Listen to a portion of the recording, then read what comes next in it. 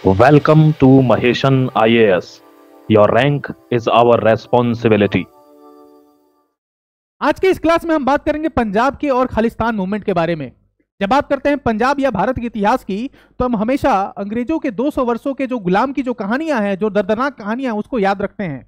लेकिन वो 200 वर्षों के पहले की जो कहानियां हैं उसको हम हमेशा भूल जाते हैं। याद रखना है कि लगभग 600 वर्षों तक जो है अरब के लोगों ने हम पे शासन किया। हम पे जो है बहुत सारे आक्रमणकारी जो है हम पर शासन करते हैं। लगभग 600 वर्षों तक जो है मुस्लिमों का शासन था भारत पर, और उसके बाद से जो है 200 वर्षों का शासन रहा अंग्रेजों पर। और इन 800 वर्षों के शासन में सबसे ज्यादा अगर कोई राज्य प्रभावित होता है तो वो है हमारा पंजाब। पंजाब कैसे प्रभावित होता है? तो आप सबको याद होगा कि पंजाबी वो एक रास्ता था, पंजाबी वो एक राज्य था जहां से सारे आक्रमणकारी भारत में घुसते थे। जितने भी अरब इन्वेजन हुए हैं, आप याद करो बाबर को। बाबर का जब आक्रमण हुआ भारत में, बाबर जो है वो गुरु नानक जी का कंटेम्पररी है, उनका समकालीन है।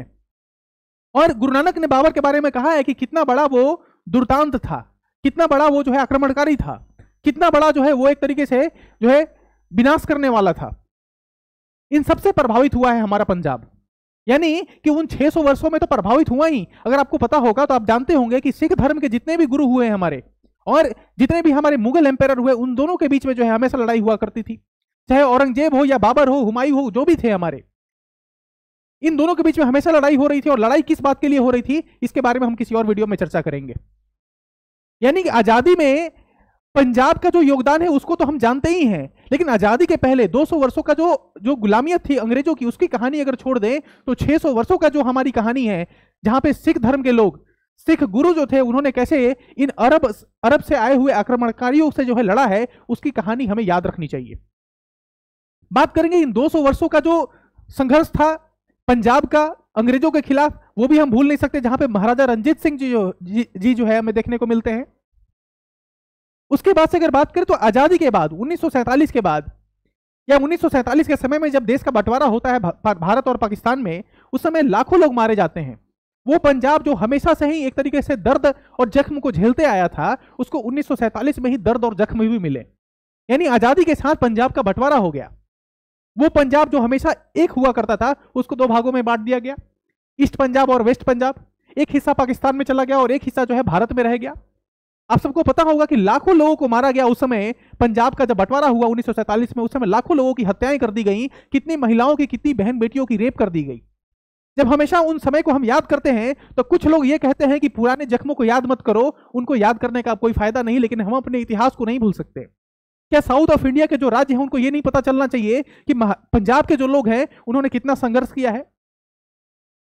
और यह संघर्ष की बात इसलिए हो रही है क्योंकि आज हम खालिस्तान मूवमेंट के बारे में बात कर रहे हैं।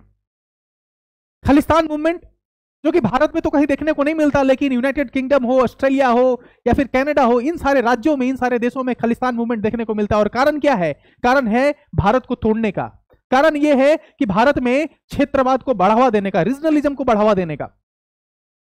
यानी भारत को तोड़ने की जो साजिश है वो भारत में तो बहुत कम लोग रच रहे हैं, लेकिन ये यूनाइटेड किंगडम हो, ऑस्ट्रेलिया हो, कनाडा हो, वहां पे कुछ बैठे लोग हैं जो खालिस्तान मूवमेंट को बढ़ावा दे रहे हैं। आज की क्लास में हम इस पर बात करेंगे, खालिस्तान मूवमेंट के बारे में बात करेंगे कि कैसे जो है देश के आंतरिक सुरक्षा के लिए कैसे चुनौती बन रहा है ये खालिस्तान मूवमेंट। ये खालिस्तान शब्द आया कहां से और ये खालिस्तान का डिमांड कैसे हुआ? आप सबको पता होगा 1947 में जब हमारा देश आजाद हुआ, उस समय पंजाब राज्य नहीं हुआ करता था जैसा आज के फॉर्म में है। यानी आज का हरियाणा, आज का जो हिमाचल प्रदेश, उत्तराखंड जो है, ये बहुत सारे राज्य जो है उनके बाउंड्री जुड़े हुए थे। ये तो 1960s में, 1965-67 में जो है पंजाब हमारा अलग राज्य बन के निकला है। लेकिन इसका डिमांड जो है बहुत लंबे समय से हो रहा था। आप सबको पता होगा कि सिख धर्म में गुरुद्वारा जो होते हैं, ये तो न्यूज आप देख लो पहले तो, कि Khalistan terror groups operate raise funds, Canada government admits in new reports. इनको खालिस्तान जो ग्रुप्स हैं इनको कैसे फंडिंग मिल रही है और ये फंड से जो है कैसे भारत को तोड़ने की कोशिश कर रहे हैं। और आगे भी देखोगे तो ये बहुत सारी न्यूज हमेशा खालिस्तान से रिलेटेड हमेशा न्यूज में रहता है। अगर आपने पन्नू का नाम सुना होगा तो पन्नू ने क्या करता है, हमेशा धमकी देते रहता है वीडियो बना के। उसको बाहर निकल के तो बोलने की कोई हिम्मत है नहीं, लेकिन क्या करता है, वीडियो बना के जो है भारत को तोड़ने की धमकी देता रहता है। जब से निज्जर की हत्या हुई, उस निज्जर की हत्या की कहानी आपको पता होगी। निज्जर की जब हत्या हुई तो कनाडा की सरकार ने भारत पर सीधे सीधे आरोप लगा दिए। मुझे भी पता है कि इस वीडियो को अगर कुछ लोग देखेंगे खालिस्तानी समर्थक, तो मेरे बारे में भी जो है कमेंट में बहुत सारी चीजें लिखेंगे, गलत बातें लिखेंगे, लेकिन उससे डरने वाले हम नहीं हैं। जो सच्चाई है उसको हम लोग रखेंगे, फैक्ट्स एंड फिगर्स जो है उसको हम लोग रखेंगे, एक रैशनल तरीके से हम लोग बात करेंगे खालिस्तान मूवमेंट के बारे में। तो ये सारे न्यूज जो है वो हमेशा रहते हैं खालिस्तान से रिलेटेड। सबसे पहले खालिस्तान के बारे में समझ लेते हैं, खालिस्तान है क्या। आप सबको पता होगा कि एक गुरुद्वारा हुआ करते हैं सिख धर्म में, और सिख धर्म में जो गुरुद्वारा हुआ करते थे उसमें पहले महंत हुआ करते थे। कौन होते थे? महंत हुआ करते थे। लेकिन क्या हुआ, ये महंत जो थे वो बहुत ही करप्ट होने लगे। तो चूंकि ये करप्ट होने लगे तो इनके खिलाफ आवाज उठी।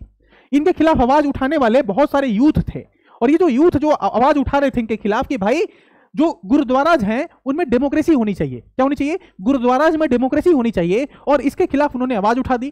और ये जो आवाज उठाने वाले जो लोग थे इन्हीं को हम लोग क्या कहते हैं? अकाली कहते हैं। इनको क्या कहते हैं? इन्हीं को हम लोग अकाली कहते हैं। और यहीं से फॉर्मेशन होता है श्री गुरुद्वारा प्रबंधक कमेटी का, है ना। शिरोमणि गुरुद्वारा प्रबंधक कमेटी का जो है फॉर्मेशन होता है, जहां पे डेमोक्रेटिकली इलेक्टेड सिस्टम वहां पे काम करता है सारे गुरुद्वाराज में, आपको पता होगा। शिरोमणि गुरुद्वारा जो है प्रबंधन कमेटी जब फॉर्मेशन हो गया, उसके बाद से डिमांड उठा कि भाई एक सेपरेट राज्य भी होना चाहिए पंजाब का। पंजाब का सेपरेट राज्य का जब डिमांड उठने लगा तो ये कहा जाने लगा, गवर्नमेंट ने उसको डिक्लाइन कर दिया। पंजाब का जो सेपरेशन था कि भाई सेपरेट स्टेट बनाया जाए पंजाब का, तो गवर्नमेंट ने उसको डिक्लाइन कर दिया। गवर्नमेंट का कहना यह था कि ये आपका रिलीजियस डिमांड है, अपने लिंग्विस्टिक बेसिस पे, यानी कि भाषा के आधार पे आप राज्य का डिमांड नहीं कर रहे हो। आप डिमांड क्या कर रहे हो? आप डिमांड कर रहे हो रिलीजियस ग्राउंड पे। लेकिन बहुत सारे डिमांड हुए, तारा सिंह जी थे, बहुत लोग थे उसमें, संत फतेह सिंह थे, बहुत लोग थे, और उन लोगों के डिमांड के बाद जो है अल्टीमेटली जो है 1967-1966 में जो है हमारा एक पंजाब स्टेट क्रिएट हो जाता है। इन पंजाब स्टेट क्रिएट होने के बाद, पंजाब स्टेट क्रिएट होने के बाद कैसे पंजाब में आतंकवाद का बढ़ावा होता है, पंजाब में कैसे आतंकवाद आ जाता है, इसके बारे में। मैं आतंकवाद शब्द का इस्तेमाल कर रहा हूं, इससे भी बहुत सारे लोगों को आपत्ति होगी, लेकिन आतंकवाद का अगर आप डेफिनेशन देखोगे कि टेररिज्म का डेफिनेशन क्या होता है, हालांकि टेररिज्म का कोई एक यूनिवर्सल डेफिनेशन नहीं है। भारत हमेशा कहता है यूनाइटेड नेशन को कि आप जो है टेररिज्म का एक यूनिवर्सल डेफिनेशन दो, क्योंकि हर एक कंट्री जो है अपने अपने हिसाब से। एक बार तो अमेरिका ने कह दिया गुड टेररिज्म बैड टेररिज्म। अरे ये गुड टेररिज्म बैड टेररिज्म क्या होता है भाई? टेररिज्म टेररिज्म होता है, आतंकवाद आतंकवाद होता है, उसमें अच्छा बुरा क्या होता है? तो आतंकवाद शब्द का अगर मैं इस्तेमाल कर रहा हूं तो बुरा मानने वाली बात नहीं है, क्योंकि अगर आतंकवाद का अगर आप अर्थ समझोगे, मैं किसी और वीडियो में कश्मीर में भी जो आतंकवाद था हमारा उसके बारे में बात करूंगा, अगर टेररिज्म का अगर आप डेफिनेशन को समझोगे तो आपको कोई आपत्ति नहीं होगी। तो फिर क्या होता है कि 1947 में जब आजाद होता है हमारा देश, शिरोमणि गुरुद्वारा प्रबंधक कमेटी बन जाता है। उसके बाद से जो है अकाली दल का फॉर्मेशन हो जाता है। उसके बाद से क्या होता है कि एक सेपरेट जो है राज्य भी बन जाता है। अब यहाँ पे जो अकाली दल है या फिर ये कुछ लोग जो थे सेपरेटिस्ट लोग, जो लोग थे उस समय के, ये जो यूथ है या जो सेपरेटिस्ट लोग हैं, इनका जो है इलेक्शन इन्होंने लड़ा, और इलेक्शन लड़ने के बाद इनको जीत नहीं मिली, हार गए ये लोग। अब इन लोगों ने सोचा कि भैया ऐसा क्या मुद्दा उठाया जाए जिस मुद्दे से जो है हम लोग का जो है ग्राउंड पे पैर मजबूत हो जाए, और इन लोगों ने डिमांड शुरू किया separate state in India, that is Khalistan. Khalistan का नाम से उन्होंने जो है एक अलग राज्य बनाने की कोशिश की, एक अलग देश बनाने की जो है घोषणा की। और इसका जो है सबसे बड़ा जो गुरु था वो था भिंडरेवाला। भिंडरेवाला कौन है भाई? तो देखो पंजाब में क्या होता है, आपने सिद्धू मूसेवाला का नाम सुना होगा। तो मूसेवाला क्या है? मूसेवाला एक विलेज का नाम है। पंजाब में ऐसे बहुत सारे लोग आपको देखने को मिलते होंगे जो अपने गांव के नाम पे जो है अपने नाम का टाइटल रखते हैं। वैसे भिंडरेवाला क्या है? टाइटल है। जर्नैल सिंह भिंडरेवाला, जर्नैल सिंह नाम है, भिंडरेवाला उसके गांव का नाम है। The roots of the Khalistan movement can be traced back to 1947 partition of India. The division of the Punjab province between India and Pakistan left many Sikhs feeling marginalized and without homeland, as their religious and cultural sites were divided, and this led to desire for a separate Sikh majority state. इसका मतलब यही हुआ कि पाकिस्तान और हिंदुस्तान का जब बंटवारा हुआ उस समय सिख जो है एलियनेटेड फील कर रहे थे कि ना वो भारत के रहे ना पाकिस्तान के रहे। उनको जो है बहुत ज़्यादा माइग्रेशन करना पड़ा, एक देश से दूसरे देश तक चलना पड़ा, लाखों लोग उनके जो है मारे गए, बहुत सारे लोग उनके छूट गए, कैंप में रहना पड़ा, बहुत सारे उनके हार्डशिप्स झेलने पड़े, और अंततः उनको लगा कि भाई हमको मिला क्या? हमने जो है इतने लंबे समय तक संघर्ष किया और अंततः जो है हमें बंटवारा मिला। तो इसके खिलाफ जो है मैं बंटवारे की जब भी बात करता हूं तो कुछ लोगों को तो ऐसा मन करता है कि इतिहास में जाकर जो है 4-5 चमाटे मार के जो है दोबारा जो है प्रेजेंट टाइम में आ जाऊं, क्योंकि बंटवारा जिस तरीके से हुआ भारत का और जिस तरीके से लाखों लोग मारे गए उसका जो है हम कभी उस समय को भूल नहीं सकते, और हमें भूलना भी नहीं चाहिए उस समय को कि जिस तरीके से बंटवारे में लाखों लोग मारे गए और लाखों हमारी माताओं बहनों के साथ जिस तरीके से व्यवहार किया गया उस समय, उसको भूलना नहीं चाहिए। उस समय को हमेशा याद करते रहना चाहिए हमें, है ना। क्योंकि जो इतिहास को भूल जाता, देख लेना, हमेशा कहता है कि इतिहास दोहराता है, हिस्ट्री रिपीट्स। तो हिस्ट्री जब रिपीट करता है तो इतिहास को जो भूलता है वो अपने भविष्य द्वारा यानी फ्यूचर द्वारा पनिश किया जाता है। इसलिए कभी भी एक इतिहास के स्टूडेंट के नाते, एक इतिहास के शिक्षक के नाते मैं बोलूंगा कि कभी अपने इतिहास को नहीं भूलना चाहिए, और इतिहास के उस समय को तो कभी नहीं भूलना चाहिए जब हमारे साथ जुल्म किया गया हो, क्योंकि जुल्म किए हुए समय को अगर याद रखोगे तो भविष्य में उसको कैसे खत्म करना है उस जुल्म को ये जान पाओगे, है ना।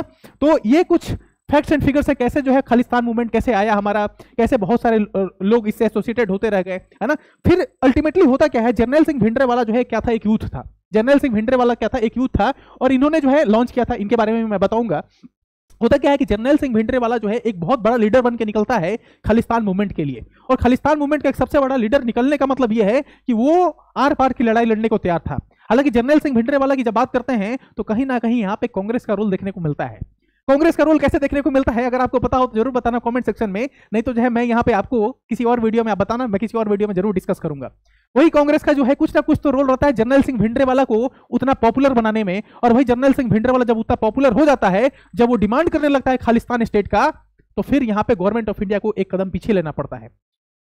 इंदिरा गांधी जी प्राइम मिनिस्टर थी हमारे देश के, ज्ञानी जैल सिंह राष्ट्रपति थे, और उसी समय एक लॉन्च होता है, जो है एक ऑपरेशन लॉन्च होता है जिसका नाम है ऑपरेशन ब्लू स्टार।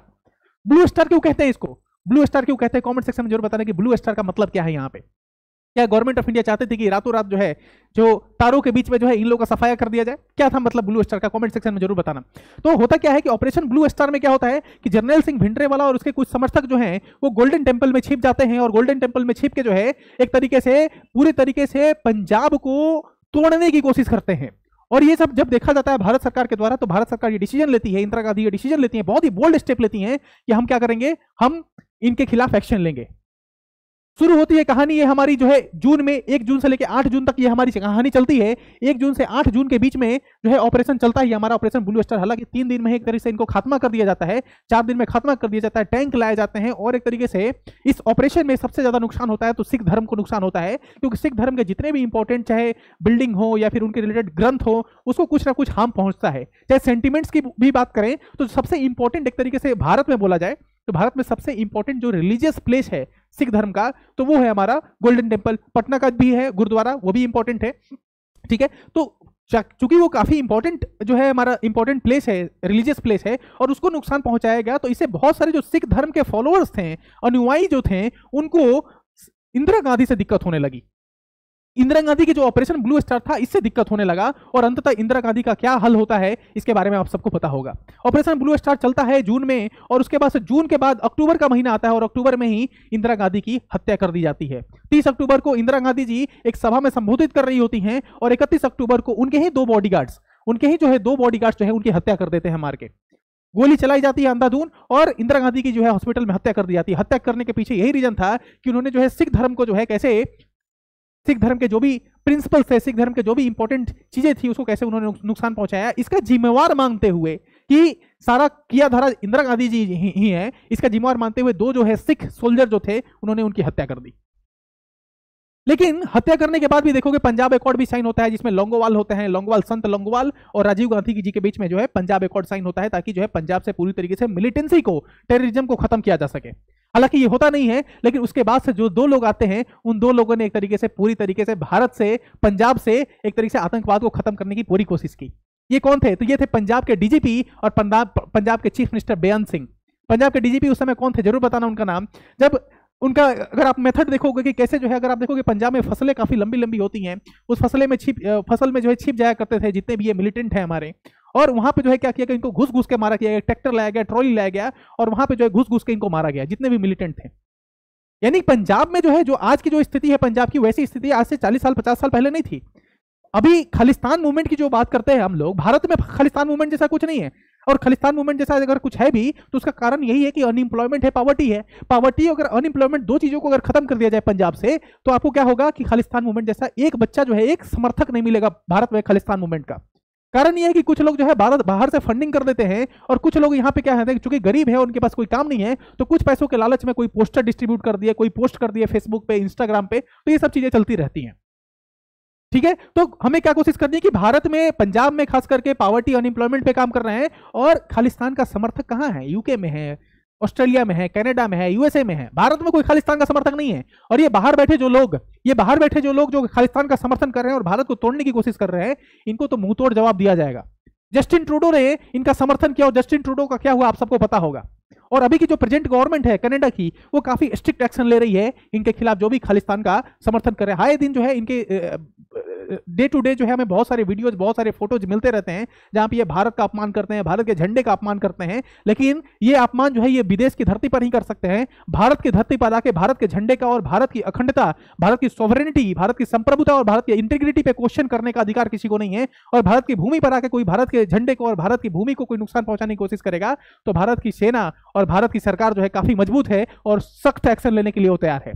आप क्या सोचते हैं खालिस्तान मूवमेंट के बारे में जरूर बताना, क्योंकि वीडियो काफी लंबा नहीं बना सकता, ये जो है समय की थोड़ी बाउंडेशन होती है। आप क्या सोचते हो जरूर बताना कमेंट सेक्शन में, और किस टॉपिक पे आप वीडियो चाहते हो जरूर कमेंट सेक्शन में बताना, आपके क्या व्यूज है खालिस्तान मूवमेंट पे। हम एक और वीडियो लाएंगे कश्मीर पे का भी हम बात करेंगे आपसे कि धारा 370 हटने के बाद कश्मीर का क्या हाल है, और धारा 370 हटने के पहले कश्मीर का क्या हाल हुआ करता था। इतिहास से लिंक करके हम समझेंगे कि वो कश्मीर जिसको हम लोग भारत का स्वर्ग कहते हैं, वो कश्मीर कैसे जलता था पहले, और आज जो कश्मीर की जो हालत है वो कितनी अच्छी हालत है। लेकिन पहले धारा 370 के पहले कश्मीर का क्या हाल था, उसके बारे में किसी और वीडियो में बात करूंगा। बहुत जल्द वो वीडियो लाऊंगा। कमेंट सेक्शन में अपनी राय जरूर रखना। Thank you so much for joining today. कल मिलते हैं किसी और वीडियो के साथ। वीडियो अच्छा लगा हो तो चैनल को सब्सक्राइब कर दो, वीडियो को लाइक कर दो, और कमेंट सेक्शन में अपनी उपस्थिति जरूर दर्ज करना। Thank you.